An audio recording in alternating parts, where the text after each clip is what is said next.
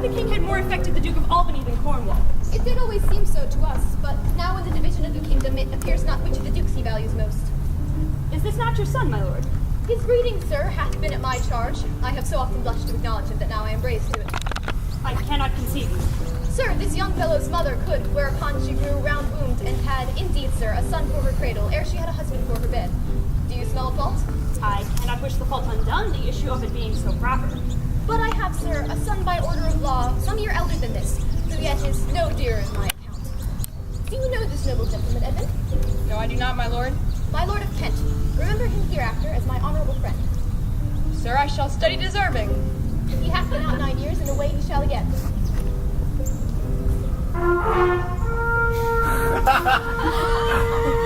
The king is coming.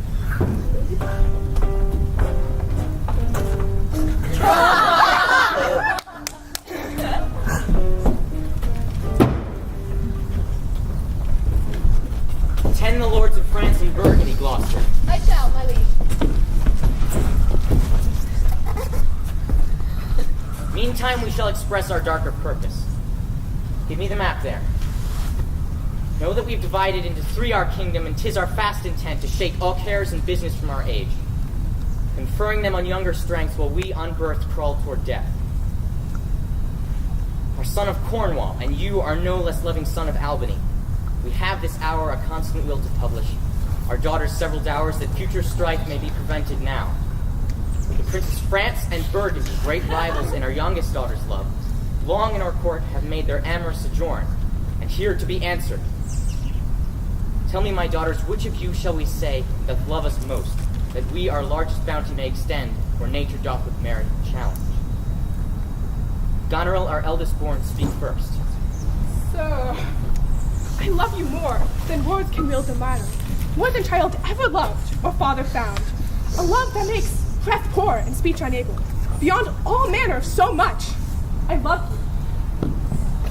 Of all these bounds, even from this line to this, we make thee, lady, to thine and Albany's issue, be this perpetual.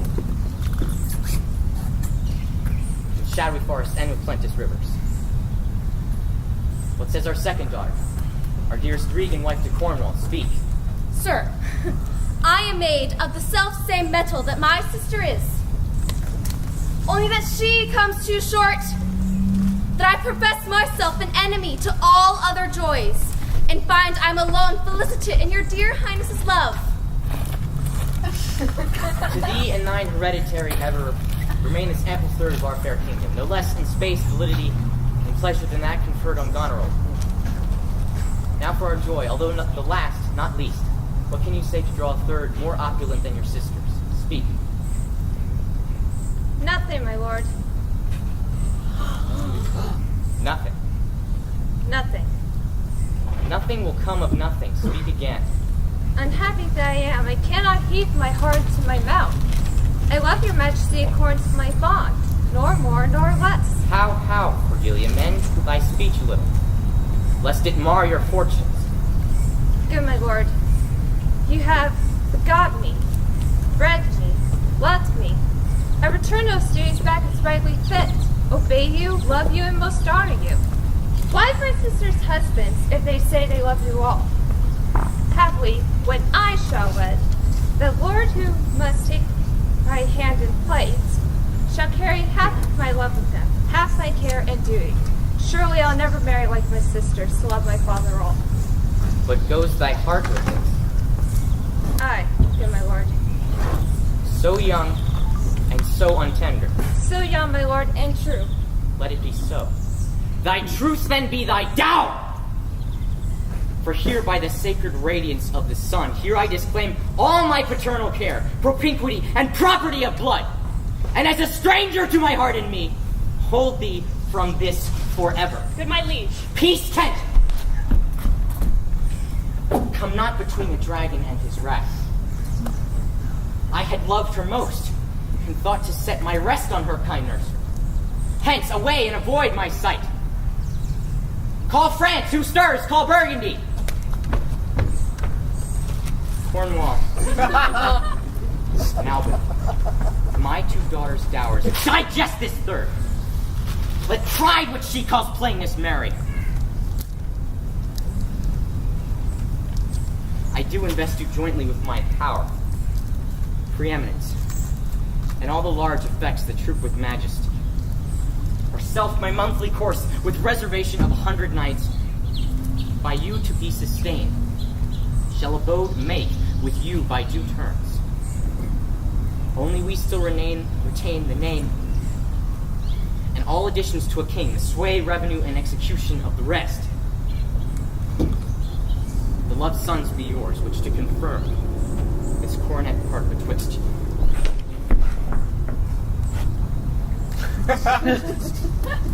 Royal Lear, whom I have ever honored as my king, loved as my father. The bow is bent and drawn, make from the shaft. Let it fall, rather, though the fork invade the region of my heart. Reverse thy doom, thy youngest daughter does not love thee least, nor are those empty-hearted whose low sound reverbs no hollowness. Hence, on my life no more. My life I never held but as a pawn to wage against thy enemies.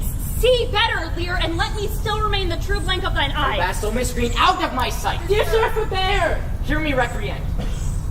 On thine allegiance hear me! Since thou hast sought to make us break our vow, which we durst never yet, take thy reward. 5 days we do allot thee to shield thee from provision. To shield thee from the diseases of the world, and on the 6th, to turn thy hated back upon our kingdom. If on the 10th day following thy banished trunk be found in our dominions, the moment is thy death. Away. By Jupiter, this shall not be revoked. Fare thee well, king, since thus thou wilt appear. Freedom lives hence, and banishment is here.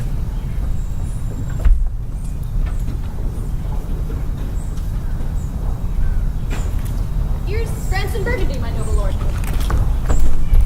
My lord of Burgundy, we first address towards you who with this king hath rivaled for our daughter. What in the least will you require in present dower with her? Or cease your quest of love?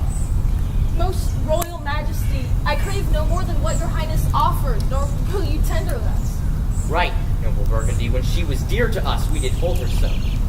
But now her price is fallen. Sir, there she stands. Will you, with these infirmities she owes, unfriended, new adopted to our hate, dowered with our curse, and strangered with our oath, take her or leave her? Pardon me, royal sir. Election makes not up on such conditions. Then leave her, sir.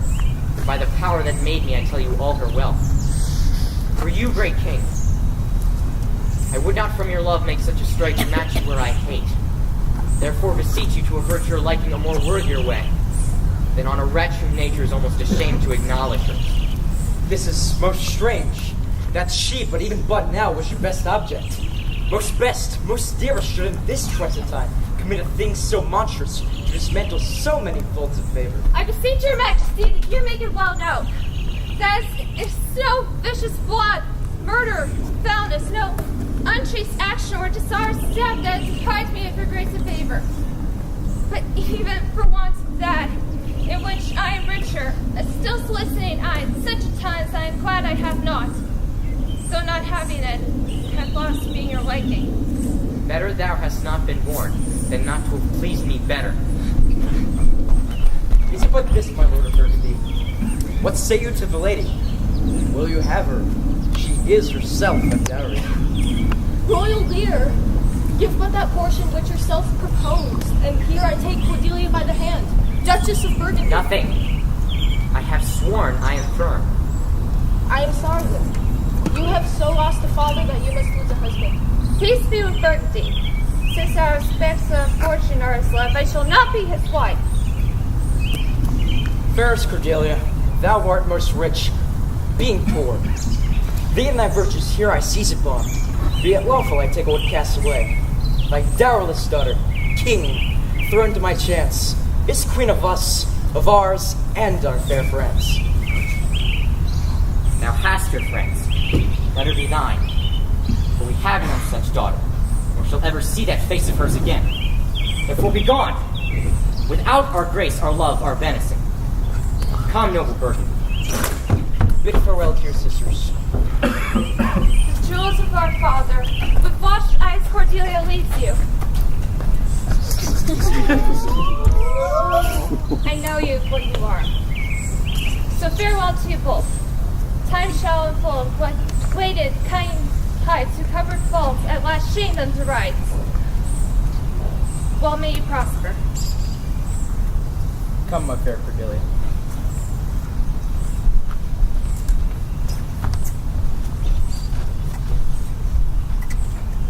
Sister, there's not little I have to say for it most nearly appertains to us both. I think our father will hence tonight.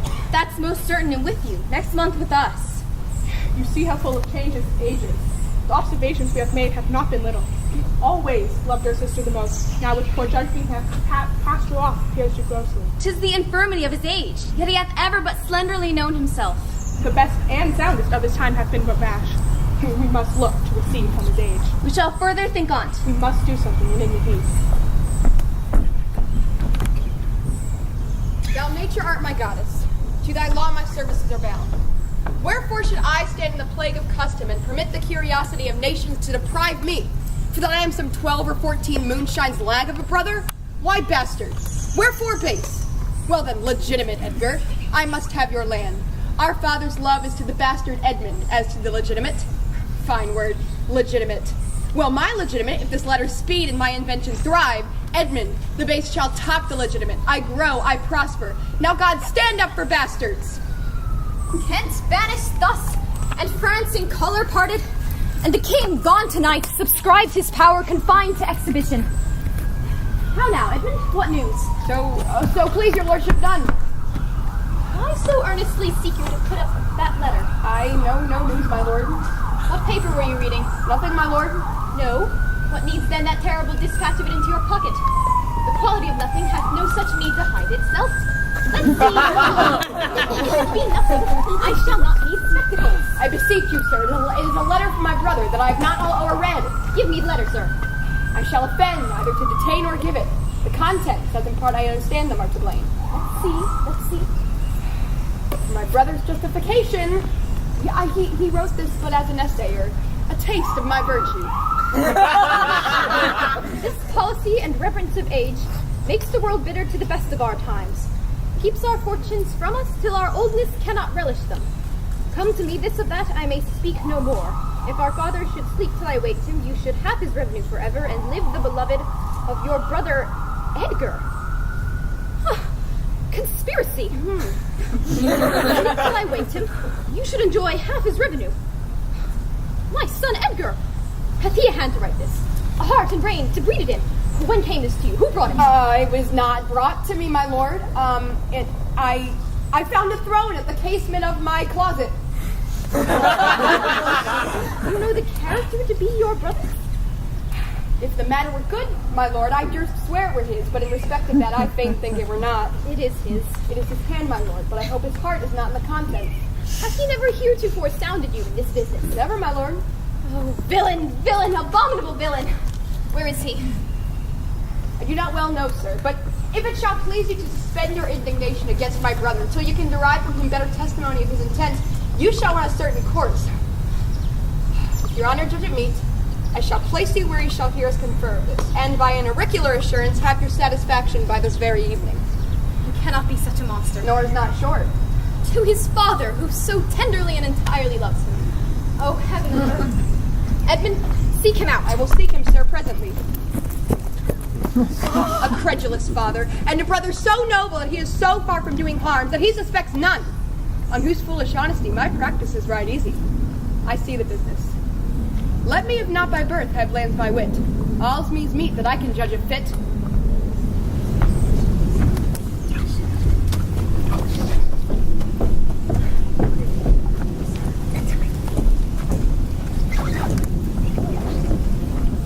Did my father strike my judgment for trying on his fool? Yes, madam. By day and night he wrongs me. Every hour he flashes into one gross crime or another. I'll not endure it. His nights go by because he upbraids them at every trifle. When he returns home from hunting, I will not speak to him. He's I coming, am madam. sick. I hear him. Put on what weary negligence you please. If he dislike it, let him to my sister, whose mind and mind I know, in that of one, not to be overruled. Now, by my life, old slopes are babeskin and will be used with checks as flatteries. I'll write straight to my sister to hold my very course. Prepare for dinner.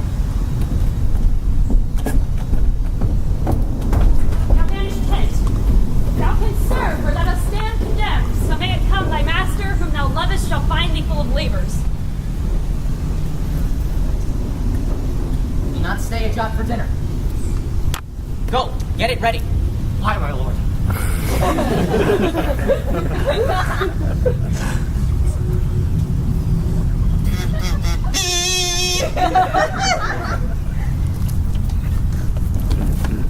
How now?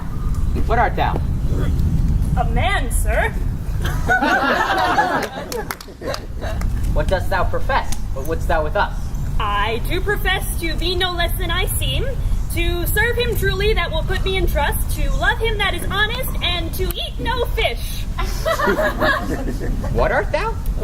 A very honest-hearted fellow, and as poor as the king. Thou be as poor a subject as he is for a king. Thou art poor enough. What wouldst thou? Service. What services canst thou do? I can keep honest counsel, ride, run, mar a curious tale in telling it, and deliver a plain message bluntly. That which ordinary men are fit for, I am qualified in, and the best of me is diligence. How old art thou? Not so young, sir, to love a woman for singing, nor so old to dote on her for anything. I have years on my back, 48. Follow me, thou shalt serve me. If I like thee no worse after dinner, I will not part from thee yet. Dinner, ho, dinner! Where's my knave, my fool? Go you and call my fool hither. Aye, my lord! You, Sarah, where is my daughter? So please you. What says the fellow there? Call the clotpoll back. Where's my fool? Ho! I think the world's asleep. How now? What says that mongrel? Said my lord, your daughter is not well. Why came not the slave back to me when I called him? Sir, he answered me in the roundest manner. He would not. He would not. I have perceived a most faint neglect of late, which I had rather blamed as mine own jealous curiosity than as a pretense or purpose of unkindness. Go you and tell my daughter I'll speak with her. Go you and call hither my fool.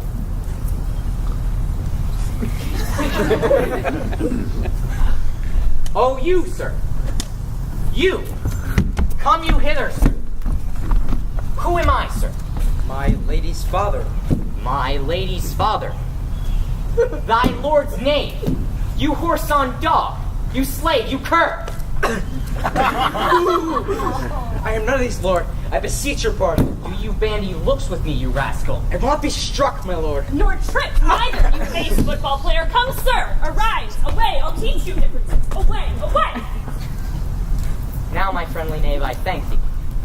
There's earnest of thy service. Let me hire him too! Here's my coxcomb. How now, my pretty knave, how dost thou? Sir, you would best take my coxcomb. Why, fool? Why for taking part in one's favor? Why, this fellow has banished 2 unseen stars and did a third of blessing against a spell. If thou fall him, thou would be my coxcomb. How now, Nuncle? But I have 2 coxcombs and 2 daughters. Why, my boy? If I gave them all my living, I would keep the coxcombs myself. There's mine. Beg another for thy daughter. Take heed, sir, of the whip. Should this spot a dog in a kelp, he must be without. Sir, I'll teach you speech. Do. Mark it, uncle. Have more than thou showest. Speak less than thou knowest. Lend less than thou owest. Ride more than thou goest. Learn more than thou trowest. Set less than thou throwest. Take thy drink and thy word. Hey. This is nothing, fool. Then 'tis like the breath of an unfed Lord. You gave me nothing for it. Can you make no use of nothing, uncle? No, boy. Nothing can be made of nothing. Prithee, tell him the cost the rent of this land has come to. He will not believe a fool. A bitter fool. Dost thou know the difference, my boy, between a bitter fool and a sweet fool? No, lad, teach me. The Lord that counselled thee to give away thy land, to place him by thee, to which he will stand. The sweet and bitter fool will presently appear. One found out here, the other found out Dost thou call me fool, boy? With all the titles thou hast given away, that thou was born with. This is not altogether fool, my lord. Fools have ne'er less wit in a year, for with men are grown sluggish.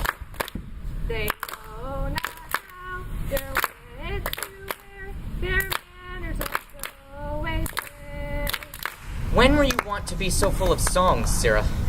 Ever since thou madest thy daughters thy mothers, since thou gavest them the rod and pullest down thy own breeches.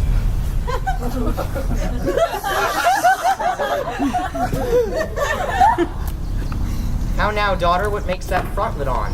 Methinks you are too much of late in the frown. Not only, sir, this, your all-licensed fool, but other of your insolent retinue do hourly court and quarrel, breaking forth into rank and not to be endured riots. Sir, I had thought, by making this well known unto you, to have found a safe redress, but now grow fearful, by what yourself too late have spoken done, that you protect this course and put it on by your allowance. Are you our daughter? Come, sir, you would make use of that good wisdom, whereof I knew your thought, and put away these dispositions that of late transform you into what you rightly are. May not ask know when the cart's drawn by a horse.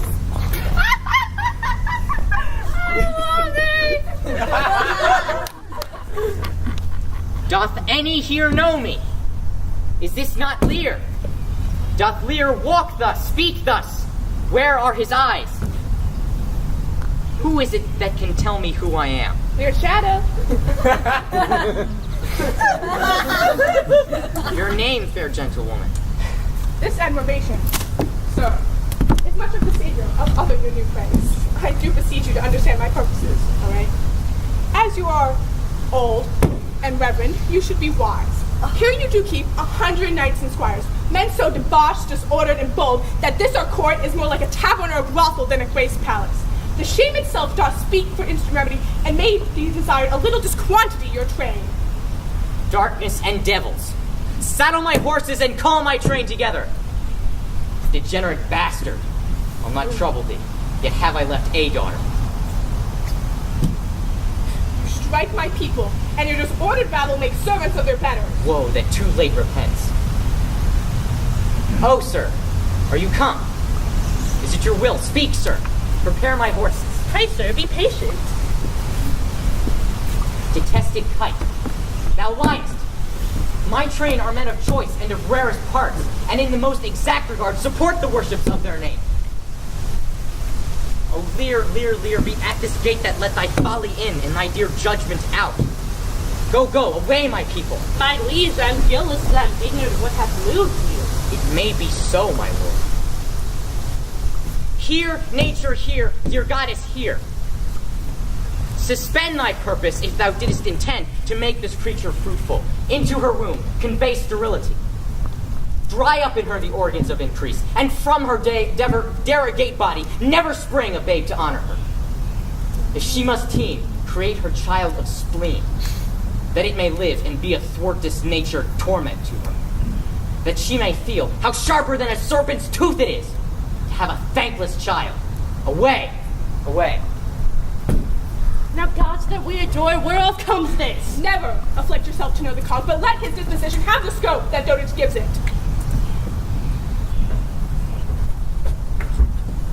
What? 50 of my followers! At a clap within a fortnight. What's the matter, sir? Yea, it has come to this. Let it be so. For have I left a daughter, who I am sure is kind and comfortable, and when she shall hear this of thee, she'll flay thy wolfish visage. Do you mark that, my lord? I cannot be so partial, Gamorreau, to the great love I bear you. Can you content what Oswald? Go! You, sir, poor Nathan, will answer your master. Knuckle Lear. Knuckle Lear, tarry, I take the fool with thee! This man hath had good counsel, 100 knights. 'Tis politic and safe to let him keep at point 100 knights. Yes, that on every dream, each buzz, each fancy, each complaint, dislike, he may guard our daughters with their powers and hold our lives in mercy. On what I say! Well, you may fear too far. Safer than trust too far. What he hath uttered I break to my sister. If she sustain him in his 100 nights, will I show him the unfitness. How now, Oswald? What? Have you read that letter to my sister? Yes, madam. Get you some company and a way to horse, inform her full of my particular fear, and add such reasons of your own as it may compact the more. Get you gone and hasten your return. This milky gentleness and course of yours, though I condemn it not, yet, under pardon, is much more task for harmful lot for want of wisdom than praise for harmful mildness. How far your eyes may pierce, I cannot tell. Striving to better off we mar what's well. Nay then. Well, the events.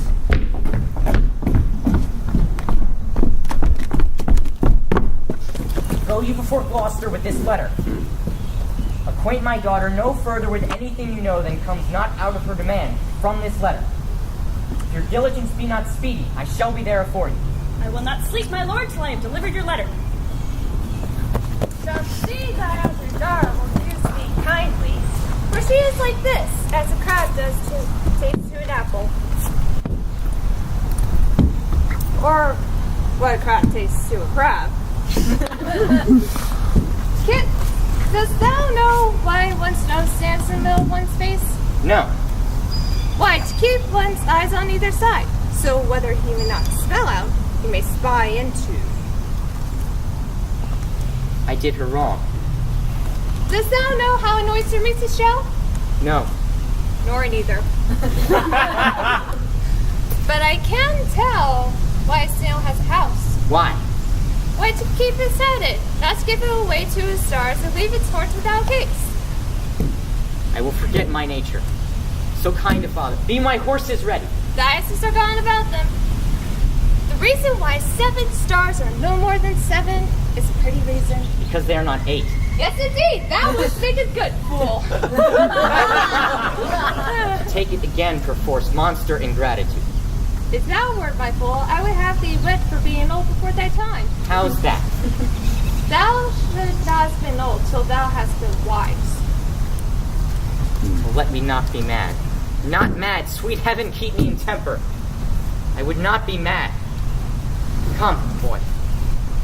She and me now, that lessen my departure, shall not be made longer, lest things be cut shorter.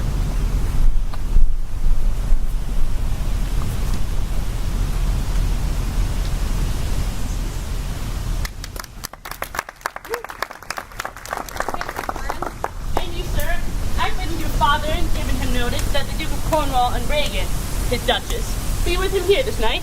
How comes that? Nay, I know not. You have heard the news abroad? I mean the whispered ones. Not, I pray you, tell me. Have you heard of no likely war twixt the Duke of Cornwall and Albany? Not a word. You may do that in time. Fare you well, sir. The Duke be here tonight? The better, best! This weaves itself perforce into my business. Brother, a word! Descend, brother, I say! Come, come! When saw you my father last? Why, the night gone by. Spake you with him?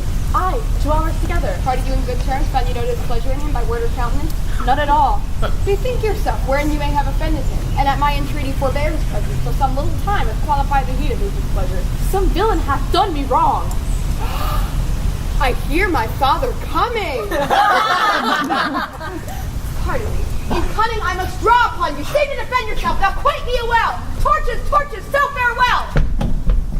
Some blood drawn on me would beget opinion. Of my more fierce endeavor, I have seen drunkards do more than this in sport.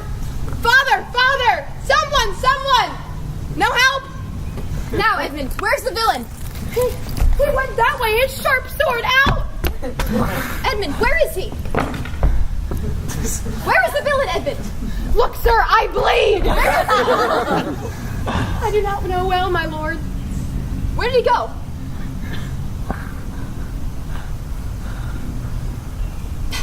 Pursue him, ho! Go after! Go after! Go! Shoot! By no means what? Let him fly far. Not in this land shall he remain uncaught and found. I will proclaim it that he which finds him shall deserve our thanks. He that conceals him, death.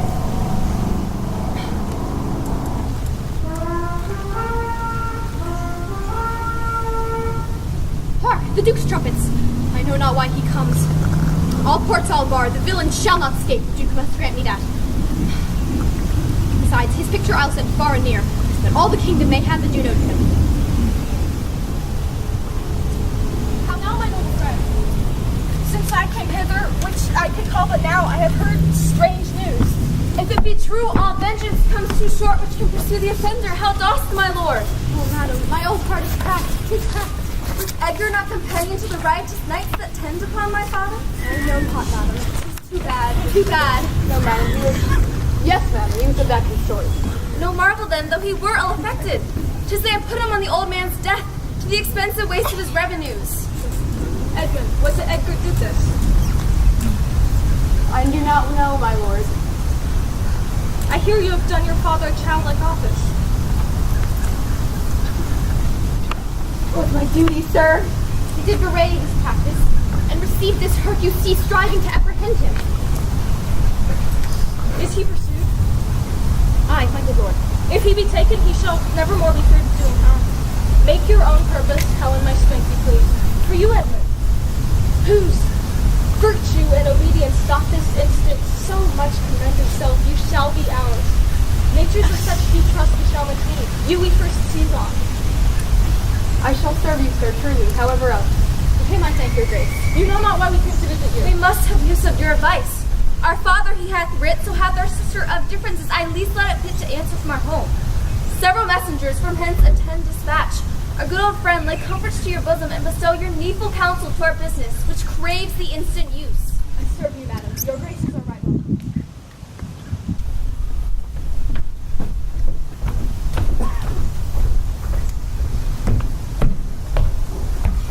Good dawning to thee, friend.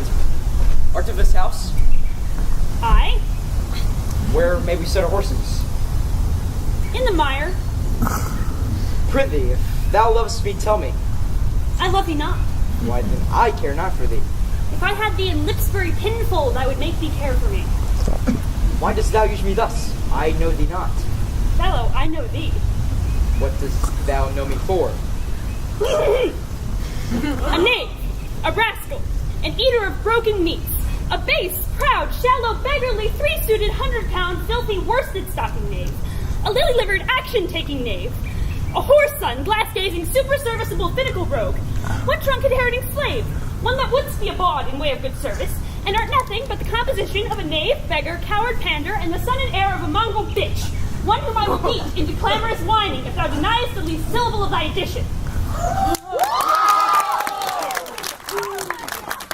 Why, what a monstrous fellow art thou, thus to run one that is neither known of thee nor knows thee. What a brazen-faced varlet art thou to deny thou knowest me?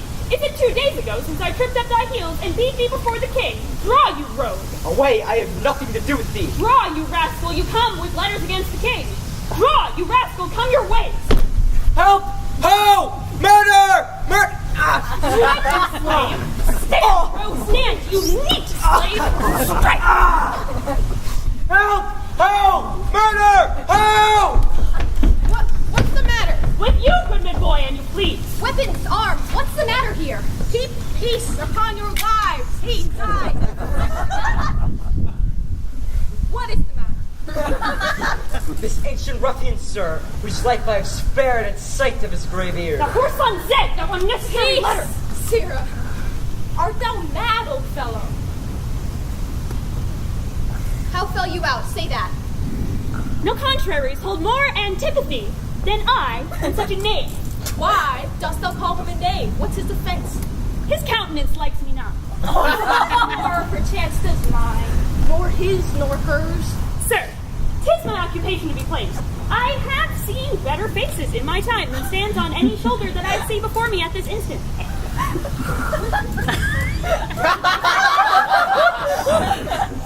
These kind of knaves I know, within this plainness harbor more craft and more proper ends. What was the offense you did? I never gave him any. It pleased the king, his master, very late. He tripped me up behind, and in the flesh of the dread exploit drew on me here again. None of these rogues and cowards but Ajax is their fool. Fetch forth the stuff! You stubborn, ancient knave. Reverend Braggart will teach you. Sir, I am too old to learn. Call not your stocks for me. I serve the king, on whose employment I was sent to you. You shall do small respect, show too bold malice against the grace and person of my master, stalking his messenger. Fetch forth the stocks. As I have life and honor, there shall we sit till noon. Till noon, till night, my lord, and all night too. Why, madam, if I were your father's dog, you should not use me so. Sir, being his knave, I will. Let me beseech your grace not to do so. His fault is much, and the good king's master will check it. The king must take it ill that he so slightly valued in his messenger should have him thus restrained. I'll answer that. My sister may receive it worse for having her gentleman abused and assaulted for following her affairs. Put in his legs. Come, my good lord, away. I am sorry, holy friend. 'Tis the Duke's pleasure, his disposition all the world well knows will not be rubbed or stopped. I'll entreat for thee. Pray, do not, sir. I have watched and traveled hard. Give you good morrow. The Duke's to blame in this. 'Twill be ill taken.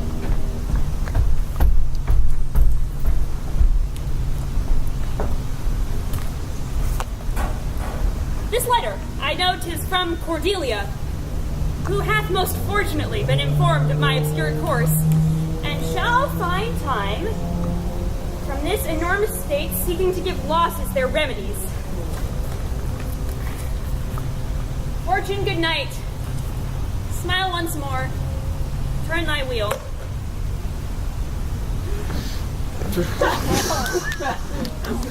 I have heard myself proclaimed, and by the happy hollow of a tree escape the hunt, suppose I may escape. And in contempt of man to take the basest and most horrorous shape that ever pernery. My face all grim with filth, blankets my loins, elf my hair in knots. This country gives me proof and precedence of bedlam beggars. Poor Turley God! Poor Tom! That's something yet. Edgar, I nothing am! It is strange that they should so depart from home and not send back my messenger. Hail to thee, noble master. Makest thou this shame my pastime? No, my lord. He wears cruel garters. What's he that hath so mistook thy place to set thee here? It is both he and she, your son and daughter. No. Yes. No, I say. I say yea. By Jupiter, I swear no. By Juno, I swear I. They could not, would not do it. 'Tis worse than murder to do upon such respect such violent outrage. Where is this daughter? With the earl, sir. Here within. Follow me not, stay here. How chance the king comes with so small a train? Jonathan says it's after asking the same question. Thou shalt deserve it. Why, fool? The man that serves and seeks for game and follows but before shall pack when it begins to rain and leave thee in the storm. But I will tarry the fool and say, and let the wise men fly. The knave's the fool that runs away. A fool, no knave. Pretty! Where learned you this, fool? Non-stop fool. Denied to speak with you. They are sick, they are weary. They have traveled all the night, mere fetches. Images of revolt and flying off. Fetch me a better answer. My dear lord, you know the fiery quality of the Duke. How unremovable and fixed he is in his own course. Fiery? What quality? Why, Gloucester, I will speak with the Duke of Cornwall and his wife. Well, my lord, I have informed them so. Informed them. Dost thou understand me, man? Aye, my good lord. The king would speak with Cornwall. The dear father would with his daughter speak. Commands her service. Are they informed of this? Death on my state, wherefore should he sit here? Go you, and bid the Duke of Cornwall and his wife, I'll speak with them now. Presently bid them come forth and hear me, or at their chamber door I'll beat the drum till it cry sleep to death. I would have all well betwixt you.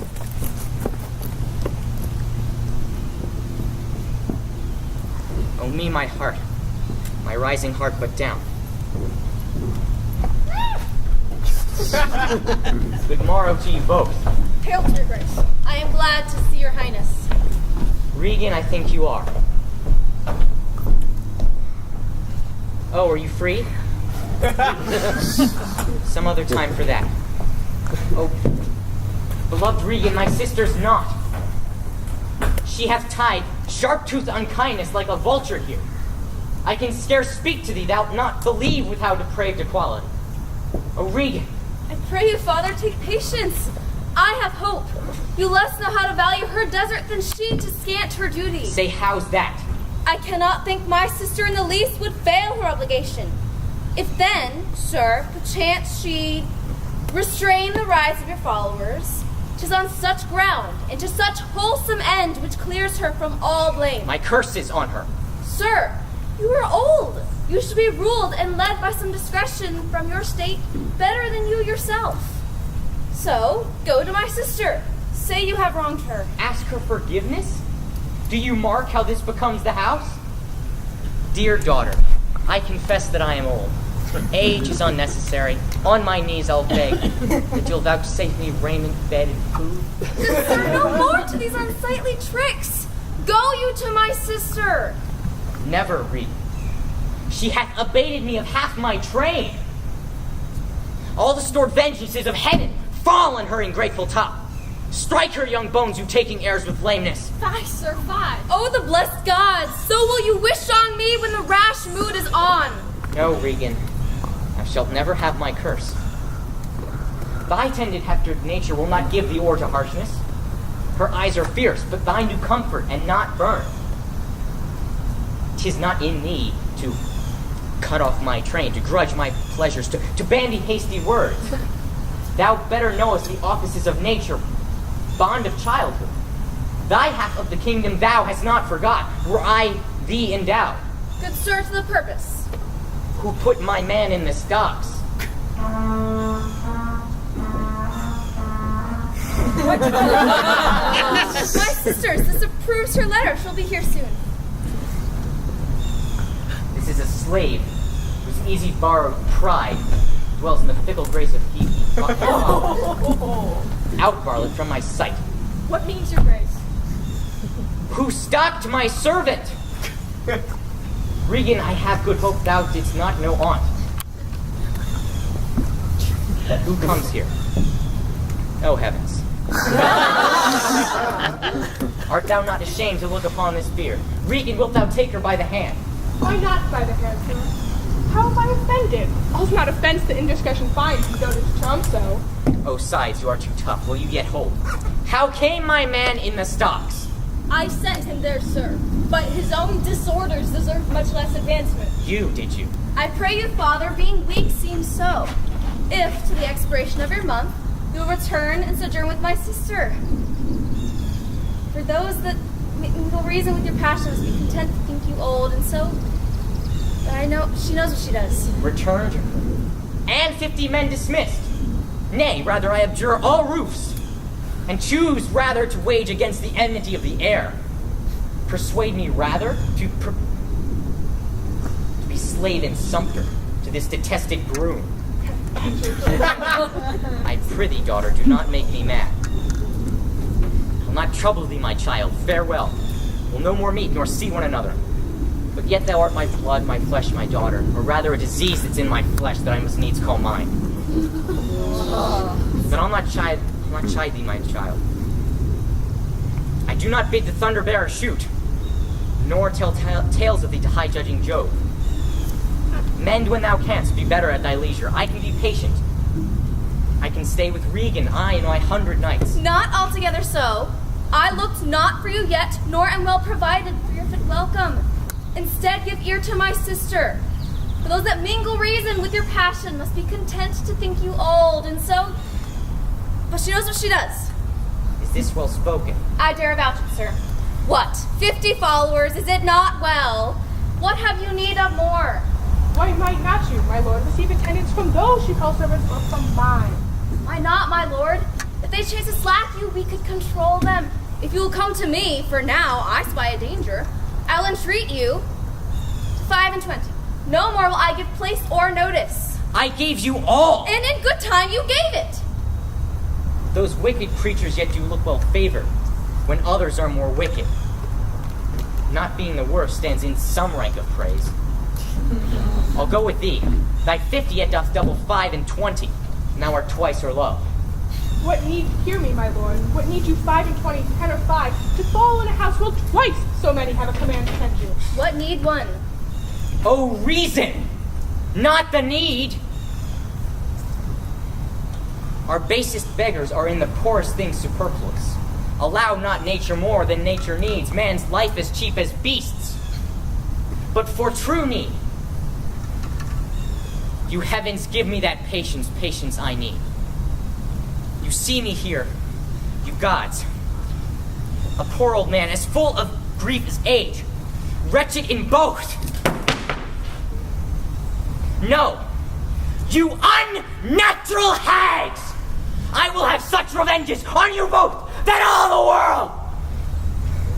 all the world shall do such things.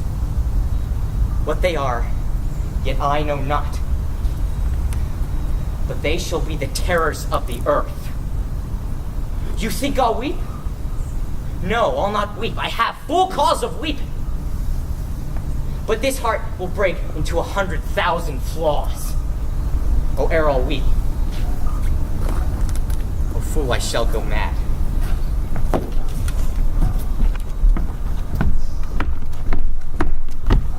Let us withdraw. It will be a storm. The house is little. The old man and his people cannot be well bestowed. 'Tis his own blame he hath put himself in rest and must needs taste his woe. The king is in high rage. Whither is he going? He calls to horse, but when I know not whither. 'Tis best to give him way. He leads himself. My lord, entreat him by no means to stay. Alack, the night comes on, and the bleak winds do sorely ruffle. For many miles about there's scarce a bush. Oh, sir, to willful men, the injuries that they themselves procure must be their schoolmasters. Shut up your doors. Shut up your doors, my lord. It is a wild night. My Regan counsels well. Come out of the storm.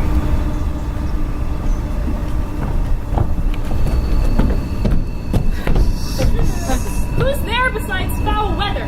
One-minded like the weather, most unquietly. I know you. Where's the king? Contending with the fretful element. But who's with him? None but the fool, who labors to outjust his heart-struck injuries. Sir, I do know you, and dare upon the words of my note meant a dear thing to you. There is division twixt Albany and Cornwall. Perchance these are but furnishings. But true it is, from France there comes a power in some of our best ports, and are at point to show their open banner. Now to you. Make your speed to Dover, you shall find some that will thank you, making just report of how unnatural and bemadding sorrow the king hath cause to claim. You shall see Cordelia, show her this ring, and she will tell you who your fellow is, that yet you do not know. 5 on this storm! I will go seek the king.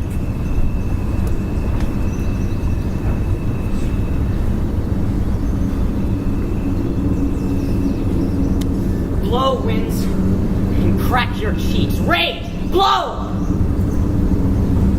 You sulphurous and thought-executing fire singe my white head.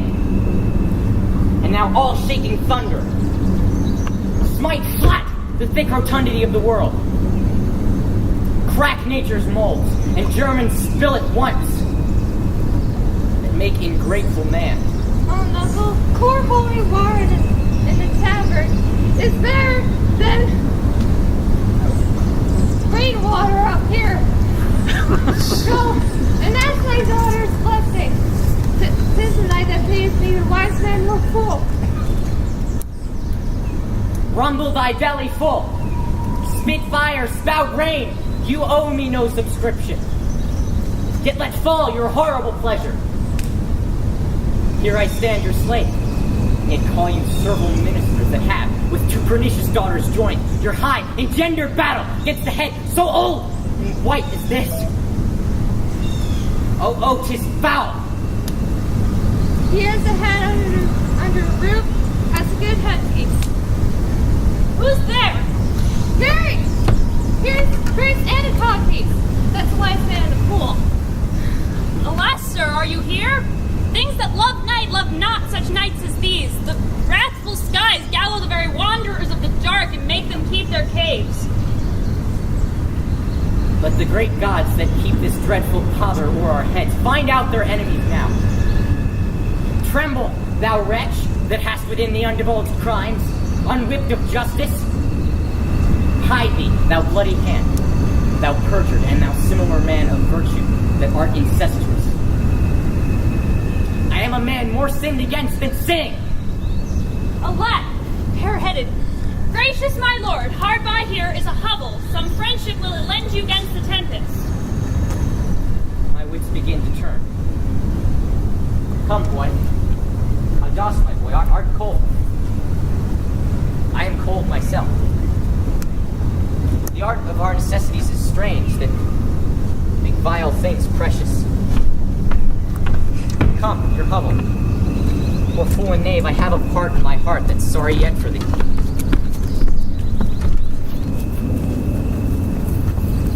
Alack, Edmund, I like not this unnatural dealing. Who took from me the use of mine own house, charged me on pain of their perpetual displeasure, neither to speak of him, entreat for him, nor any way sustain him. Most savage and unnatural.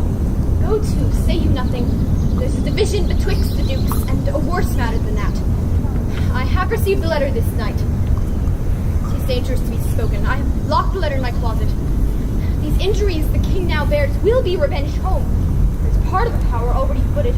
We must incline to the king. I will seek him and privily relieve him. Go you, and maintain talk with the duke, that my charity be not of him perceived. If he asks for me, I am the ill and gone to bed. The king, my old master, must be relieved. There is some strange thing toward. Edmund, pray you, be careful. Whose courtesy forbid thee shall the duke instantly know, and of that letter too. This seems a fair deserving, that which my father loses, no less than all. The younger rises, when the old doth fall. Here is the place, my lord. Should my lord enter? The tyranny of the open night's too rough for nature to endure. Let me alone. Good my lord, enter here. Thou thinkest 'tis much that this contentious storm invades us to the skin. But where the greater malady is fixed, the other is scarce felt. In such a night to shut me out! Pour on, I will endure. In such a night as this, O Goneril Regan, your old kind father whose frank heart gave all. Oh, that way madness lies, let me shun that, no more of that. Good my lord, enter here. This tempest will not give me leave to ponder on things would hurt me more. But I'll go in. In, boy, you first, you houseless poverty. I'll pray and then I'll sleep. Follow it up, points! Knuckle! Come out here! 'Tis a spirit! Give me the hand, who's there? A spirit! A spirit! He says his name is poor Tom! Who's there? That this rumble there in the straw come forth. Away! Alpine follows me! Hast thou given all to thy two daughters? And art thou come to this? Who gives anything to poor Tom? Bless thy five wits! Tom's a cold! A Tony! Have his daughters brought him to this pass? Couldst thou save nothing? Didst thou give them all? Hey, he reserves a blanket, and last change us all. He hath no daughters, sir. Death, traitor! Nothing could have subdued nature to such aloneness but his unkind daughters. Pillicock sat on Pillicock Hill! Hello!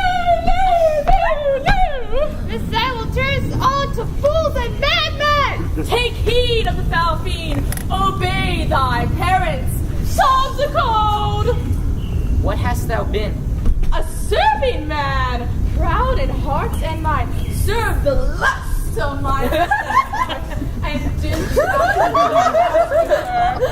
keep thy foot out of brothels thy hand from plackets, thy pen from lenders' books, and defy the foul fiend. Dolphin, my boy, Sessa! Let him trot by. Is man no more than this? Consider him well. Thou art the very thing itself. Unaccommodated man is no more than such a poor bear. Off you lendings, come, unbutton here. Prithee, counsel, be content. 'Tis a nigh night to swim in.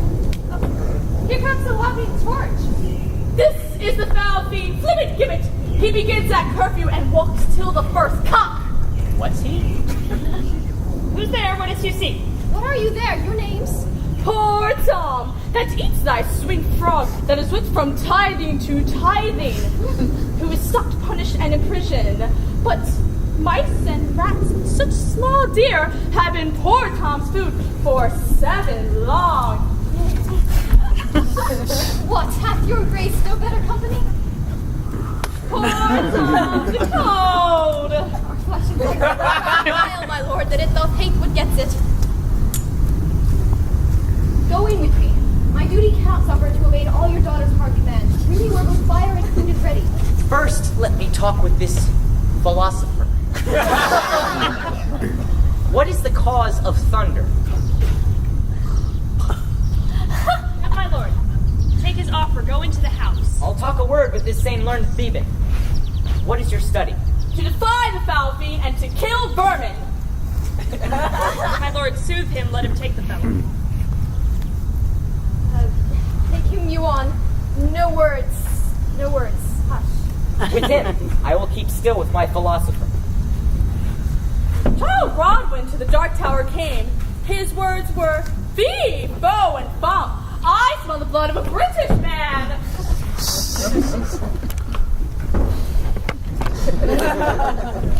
I will have my revenge ere I depart his house. How malicious is my fortune, that I must repent to be just? This is the letter he spoke of, which approves him an intelligent party to the advantages of France. Oh heavens, that this treason were not, nor not I, the detector. I now perceive it was not altogether your brother's evil disposition made him seek his death, but a provoking merit set a work by reprovable badness in himself. If I find him comforting the king, it will dull his suspicions more fully. Sir, I shall persevere in a course of loyalty, though the conflict be sore between that and my blood. Go with me to the Duchess. I will lay trust upon thee, and thou shalt find the dear, loyal father in my love. Here is better than the open air. Take it thankfully. I will piece out the comfort of what is I can. I will not be left All the power of his wit hath given way to his impatience. The gods reward your kindness. Pray, innocent, and beware the foul fiend.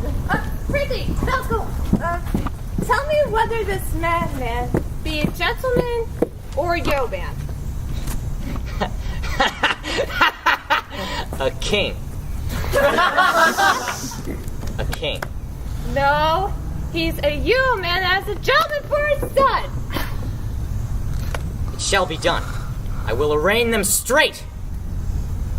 Most learned justice, sit thou here. And now, sapient sir, sit here. Now you, she-foxes. How do you, sir? Stand you not so amazed, will you lie down and rest upon the cushion? I'll see their trial first. Bring in the evidence.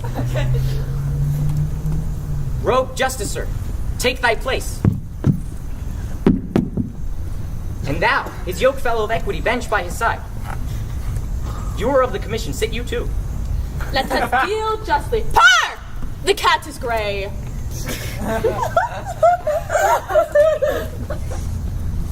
Arraign her first. 'Tis Goneril.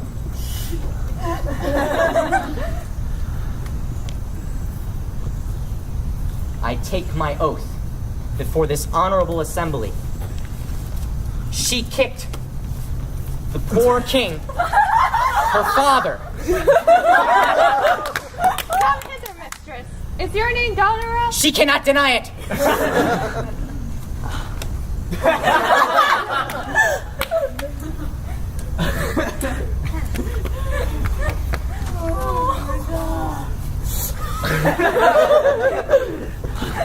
And here's another, whose warped looks proclaim what store her heart is made on. False justicer, why hast... Stop her there! Why hast thou let her escape? My tears begin to take his side so much they'll mar my counterfighting. Let them anatomize Regan. See what breeds about her heart? Is there any cause? Is there any cause that makes such hard hearts? You, sir, I entertain for one of my 100. Although I do not like the fashion of your garments. You will say they are Persian attire, but let them be changed. Now, my lord, lie here and rest a while. Make no noise. Make no noise. Draw the curtain. So. We'll go to supper in the morning. So. And I shall go to bed at noon. Come hither, friend. Where's the king, my master? Here, sir, but trouble him not. His wits are gone. I prithee, friend, take up thy master and drive towards Dover, where thou shalt meet both welcome and protection. Take him in thy arms. If thou shouldst dally half an hour, his life with thine and those that offer to defend him stand in assured loss. Come help to bear thy master, thou must not stay behind. Come away.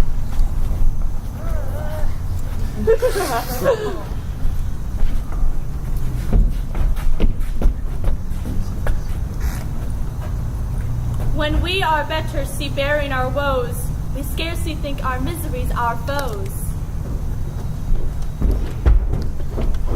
Post speedily to my lord your husband, Goneril. Show him this letter. The army of France is landed. Seek out the villain Gloucester. Hang him instantly. Look at his eyes. Leave him to my displeasure. Edmund, keep you our sister company. The revenges we are bound to take upon your traitorous father are not fit for beholding. Edmund, farewell.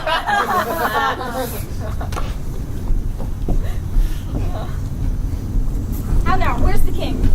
My lord of Gloucester hath bade him hence, and with some of the other lords' dependents are gone with him to Dover, to boast to have well-armed friends. Get horses for your mistress. Farewell, sweet lord and sister. Edmund, farewell. Who's there? The traitor? Ungrateful fox! 'Tis he. Bind fast his corky arm. What mean your graces? Consider, you are my friends. Do we know foul play? To this chair, bind him. Come, sir. What letters had you late from France? I have a letter guessingly set down, which comes from one that's of a neutral heart and not from one opposed. Cunning. And false. Where hast thou sent the king? To Dover. Wherefore to Dover? Wast thou not charged that peril? Wherefore to Dover? Let him first answer. I'm tied to the stake and I must stand the course. Wherefore to Dover? Because I would not see thy cruel nails pluck out his poor old eyes, nor thy fierce sister in his anointed flesh stick boorish bangs. And I will see the winged beauties over to take such children! See it, shalt thou never. Felons, hold the chair. Upon these eyes of thine, I'll set my foot. Oh, he didn't think to live to leave you. Oh, give me some help. Oh, cruel. Oh, you gods! One side will mock another, the other two. If you see them. Hold your hand, my lord. Better service have I never done you than now. Bend your hand. How now, you dog?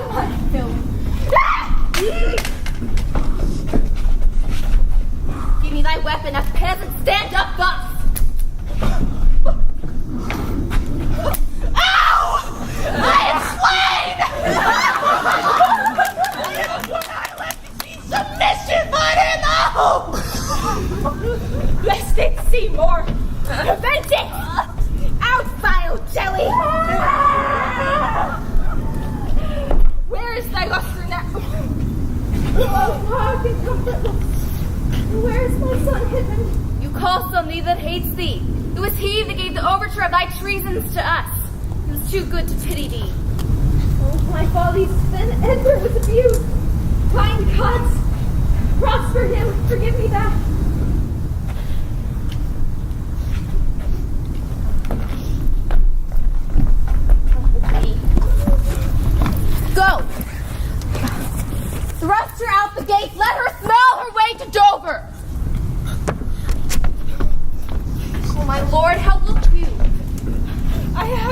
received her solemnly, lady. Turn out that I was villain. Throw this slave upon the dunghill. Begin, I bleed apace. Untimely comes this hurt. Give me your arm.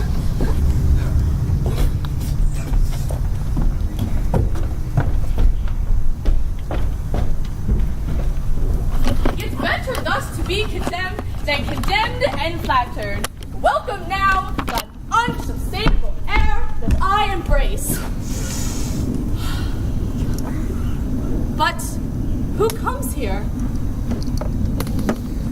I have no way, therefore want no eyes. I stumbled when I saw. Oh, dear son Edgar, might I but live to see thee in my touch, I'll say I had eyes again. My father, poorly led. Oh world, oh world! But that thy strange mutations must make us hate thee. I would not yield to age. How now? Who's there? 'Tis poor mad Tom. Oh, I, my lord. Knowest thou the way to Dover? Yes. Both style and gait, horseway and footpath. There is a cliff, whose high and bending head looks fearfully in the confined deep. Bring me but to the brim of it. There I'll repair the misery thou dost bear with something rich about me. From that point I shall know thee. Give me thy arm. Poor Tom shall lead the way.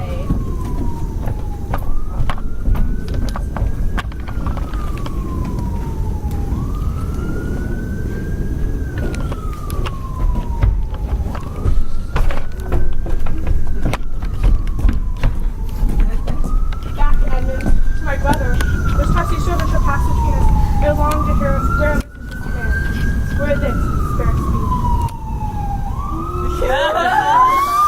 Find your head. This kiss of the Chesapeake shall lift thy spirits into the air. Conceive and fare thee well. Yours in the ranks of death. My most dear Gloucester. Madam, here comes my lord. Oh, the difference of man and man. I can work the whistle. Oh, Goneril, you're not worth the dust which the windward blows in your face. I fear your disposition. No more, your text is foolish. Wisdom and goodness to the vile seem vile. They'll savor but themselves. What have you done? Milk-livered man. France spreads his banners in our noiseless land, whilst you, a moral fool, sittest here and criest. Alack, why does he so? See thyself, devil. Proper deformity seems nigh in the fiend, so horrid as in woman. Oh, vain fool. What news?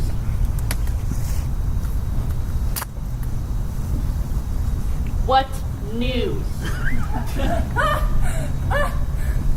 The Duke of Cornwall is dead, slain by his servant, pointing out the other eye of Gloucester. This shows you're above your justices, but oh, poor Gloucester, lost he his other eye? Both. This letter, ma'am, craves a speedy answer. 'Tis from your sister.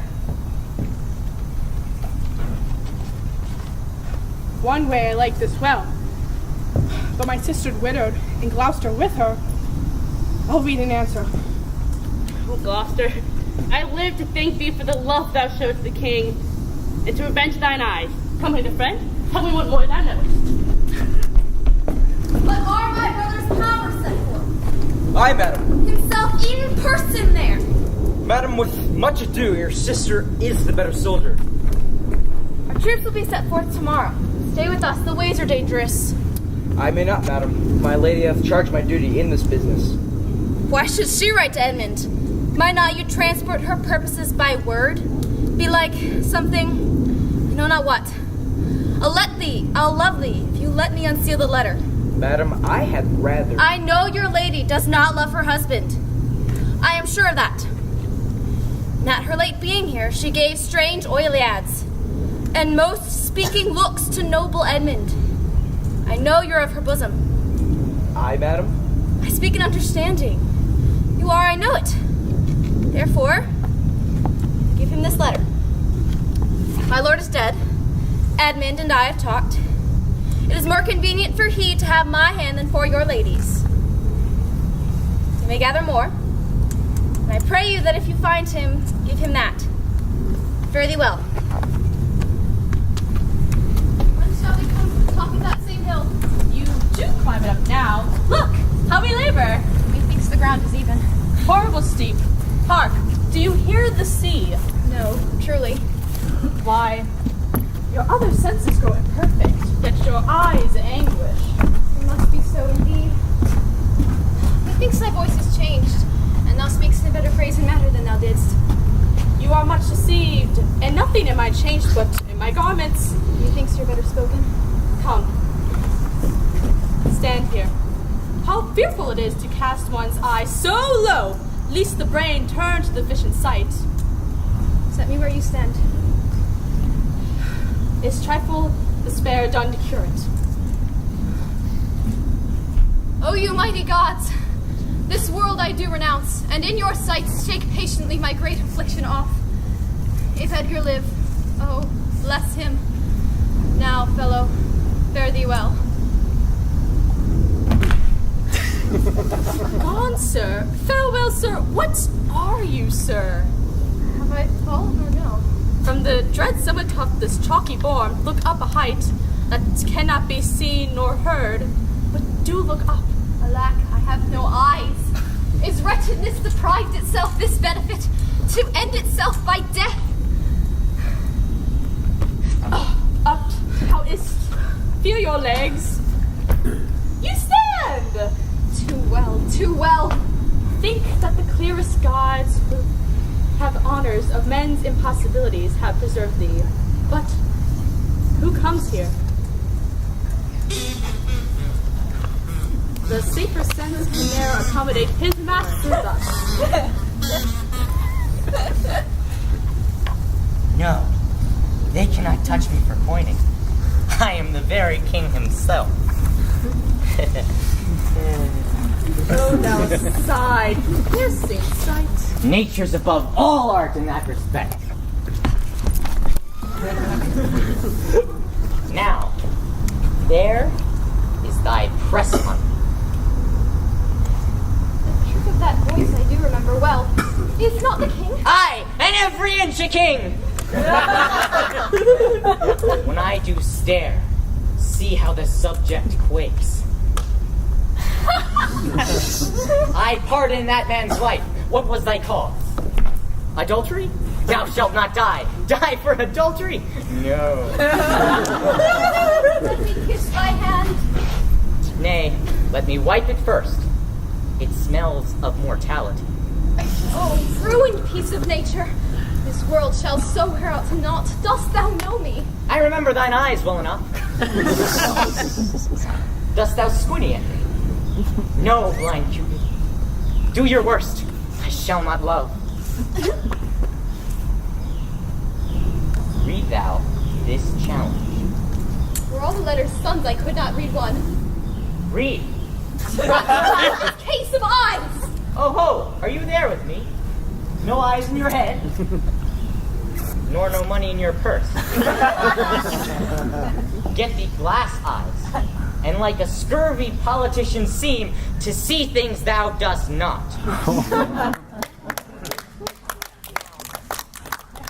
Now pull off my boots. Harder, harder, sir. Oh, matter and a Puritan at sea mixed reason in madness. If thou wilt weep my fortunes, take mine eyes. I remember thee well enough. Thy name is Gloucester. I will die bravely like a bridegroom. What? I won't be jovial. I am a king. My masters know you that. Nay, then there's life in it.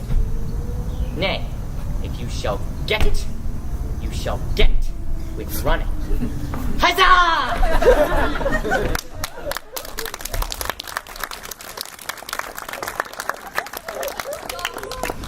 Take my breath from me.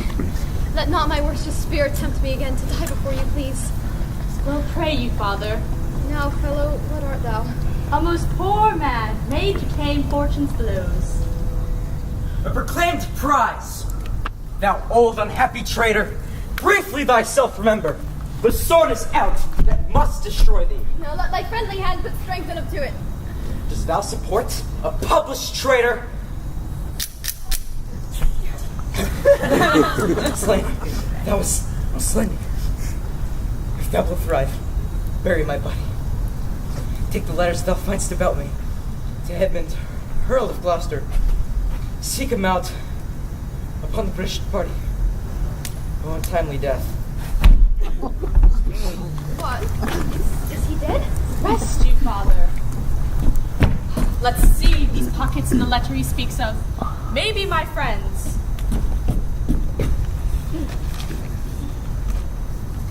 Let our reciprocal vows be remembered, for you have plenty of time to cut him off.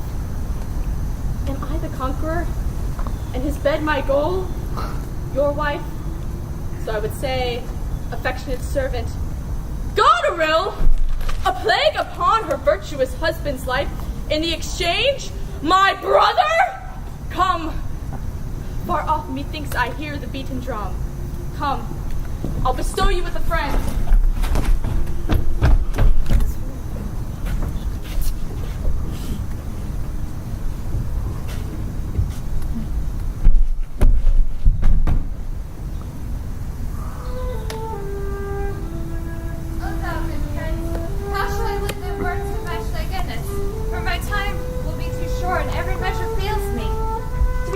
Madam, is overpaid.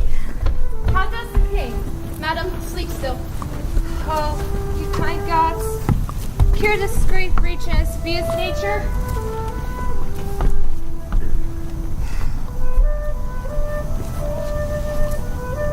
Be by, good madam. When we do wake him, I doubt not of his temperance. He wakes. Speak to him. Do you, madam, 'tis fittest. How fares my good lord? You do me wrong to take me out of the grave. Sir, do you know me? You are a spirit, I know. When did you die? Still, far why? He's scarce awake. Let him alone a while. Where am I? Where have I been? Fair daylight? Oh, sir, look upon me. Place a hand's benediction over me. No, sir, you must not kneel. Or stand. Pray you do not mock me. I am a very foolish, fond old man, and I fear I am not in my perfect mind. He thinks I should know you and know this man. Do not laugh at me, for as I am a man, I do think this child to be my daughter Cordelia. So I am. Be your tears wet? Yes, Faith. I pray weep not. If you have poison for me, I will drink it. You do not love me, I know, for as I do remember, your sisters have done me wrong, and you have no cause. No. They have no cause. You have cause. No cause.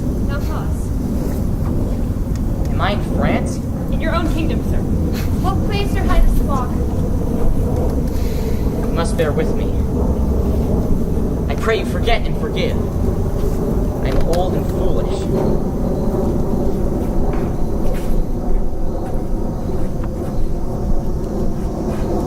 Our sister man is certainly miscarried.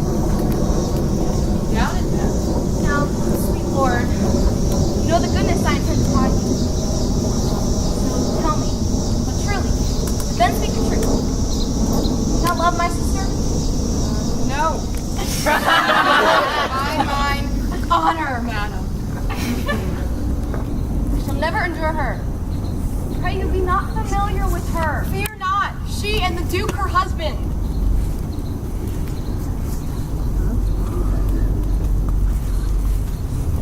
I'd rather lose the battle than my sister should lose in him and me. Our very loving sister, well we met. Sir, this I've heard that the king come to his daughter with others who the rigor of her state are forced to cry out.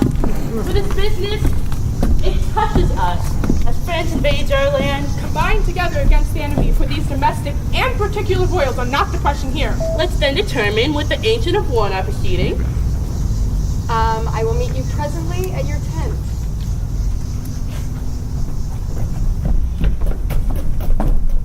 If e'er your grace hath speech with man so poor, hear me one word. I'll overtake you, speak. Before you fight the battle, Open this letter. For if you have victory, let's let the herald cry for him that brought it. Stay till I have read the letter. I was forbidden. Just let the trumpet sound, and I will appear again. The enemy is in view! Drop your power! We will keep the time. To both of these sisters I have sworn my love, each jealous of the other as the stung are of the adder. Now then, we'll use his countenance for battle, which, being done, let her who would be rid of him devise his speedy taking off. As for the mercy which he intends upon Lear and to Cordelia, the battle done, and they within our power shall never see our pardon. For my state stands on for me to defend, not to debate.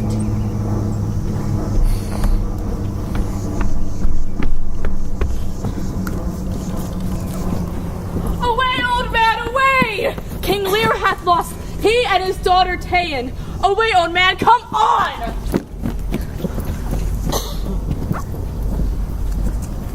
Take them away. We are not the first, with best means, have encountered the worst. Shall we see thy daughters and thy sisters? No. No. Now come, let's away to prison. We two will sing like birds in the cage. When thou dost ask me blessing, I'll kneel down and ask of thee forgiveness. Somebody take them away! Sir, we have the captives that were the opposite of this day's strife. We do require them of you. I thought it best to send the old and miserable king some retention and appointed guard. Sir, by your patience, I hold you as a subject of this war, not as a brother. That's as we list to grace him. Not so hot. Lady, I am not well. Else I should answer from a full flowing stomach. Witness thee here as I create thee Lord and Master. The alone lies not in your goodwill. Nor in thine, lord. Half-blooded fellow, yes, Edmund, I arrest thee on capital treason. And in thine attaint, this gilded serpent. An interlude. Thou art armed, Gloucester, let the trumpet sound! If none appear to prove thy heinous manifest and many treasons upon thy head, there is my pledge. Sick. Oh, sick. If not, I'll never trust medicine.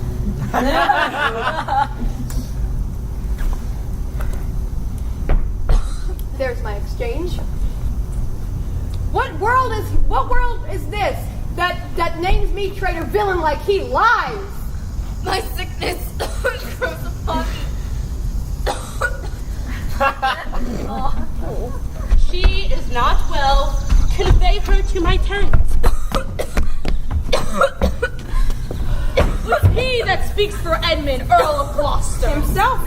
What sayest thou? Draw thy sword, that if thy offend a noble heart, I protest thou art a traitor, false to thy gods, thy brother, and thy father. I am no traitor.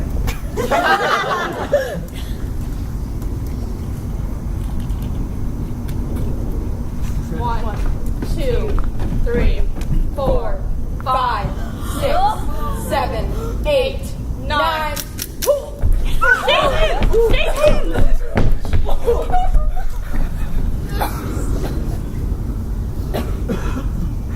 The wheel has come in full circle. I am here. Oh, this is practice, Gloucester, thou art not vanquished. Shut thy mouth, Dame! Hold, sir, thou wouldst not any name, mean thine own evil, no tearing lady. I perceive thou know it. The laws are thine, not mine. Who can arraign me for it? Most monstrous, oh, knowest thou this paper? Ask me not what I know. She, desperate, go after her, govern her. I pant for life. Some good I mean to do despite mine own nature. Quickly send, be briefing it to the castle. For my rent is on the will of the life of Lear and on Cordelia. Nay, send in time. You have commissioned from thy wife and me to hang Cordelia in the prison. The gods defend her, bear her from hence. Albany. Tis hot. It smokes. Who dead? Speak, man. Your lady, sir, your lady, and her sister by her is poisoned. She hath confessed it.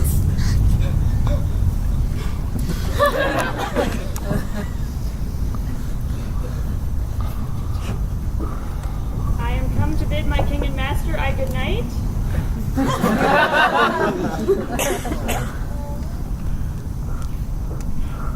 Produce their bodies, be they alive or dead.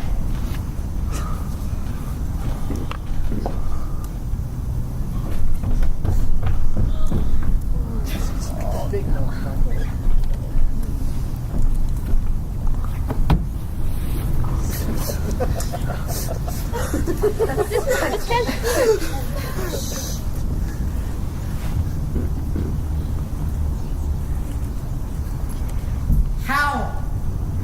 How? Oh, you are men of stones. Had I your tongues and ears and eyes, I'll use them so that heaven's vault should crack. She's gone forever.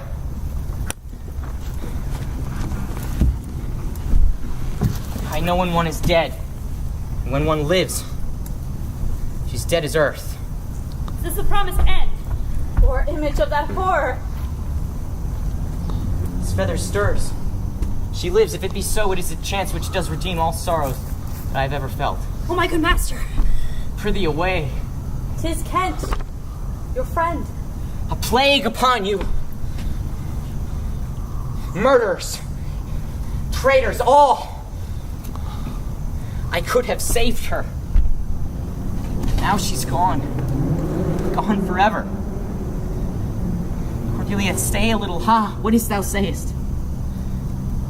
Her voice was ever low, gentle, an excellent thing in woman. I killed the slave that was a hanging me. 'Tis true, my lord, he did. Did I not, fellow? Who are you? This is a dull sight. Are you not Kent? The very same, your servant Kent. Where is your servant Caius? He's a good fellow, I can tell you that. He'll strike, and quickly too. But he's dead. And rot. No, my lord, I am the very man. I'll see that straight. Your eldest daughters have fordone themselves and desperately are dead. So I think. He knows not what he says. Vain it is we present ourselves to him. Edmund is dead, my lord. That's but a trifle here. And my poor fool is hanged. No life! Why should a horse, a dog, a rat have life, and now no breathe at all? Thou'lt come no more. Never, never, never, never. Do you see this? Look on her, look, her lips. Look there. Look there. He faints, my lord, my lord! Vex not his ghost. Let him pass. He hates him much that would upon the rack of this tough world stretch him out longer. He is gone, indeed. Wonder is he hath endured so long, but usurped his life.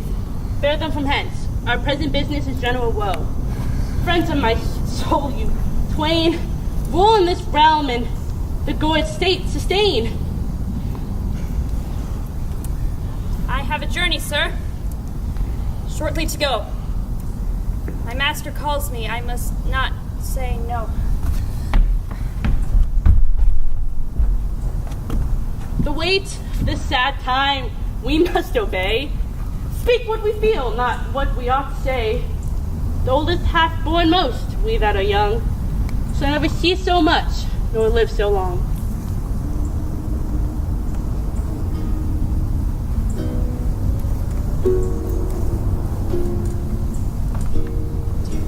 Know what's worth fighting for when it's not worth dying for.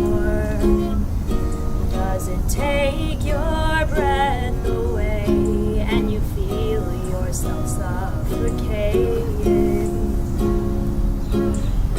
Does the pain weigh out the pride, and you look for a place to hide?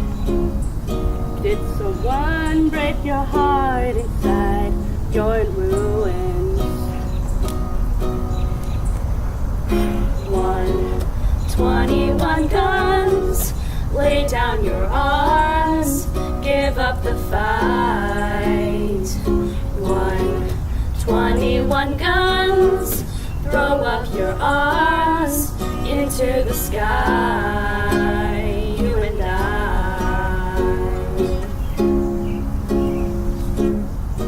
When you're at the end of the road and you've lost all sense of control, and your thoughts have taken their toll, and your mind breaks the spirit of your soul. And your faith walks on broken glass, and your hangover doesn't pass. Nothing's ever built to last. You're in ruins.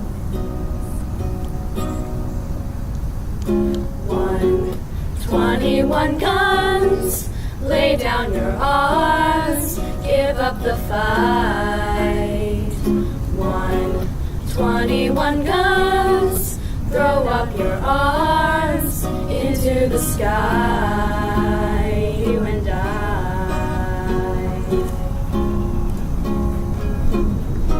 Did you try to live on your own when you burned down the house at home? Did you stare too close to the fire like a liar looking for forgiveness from a stone?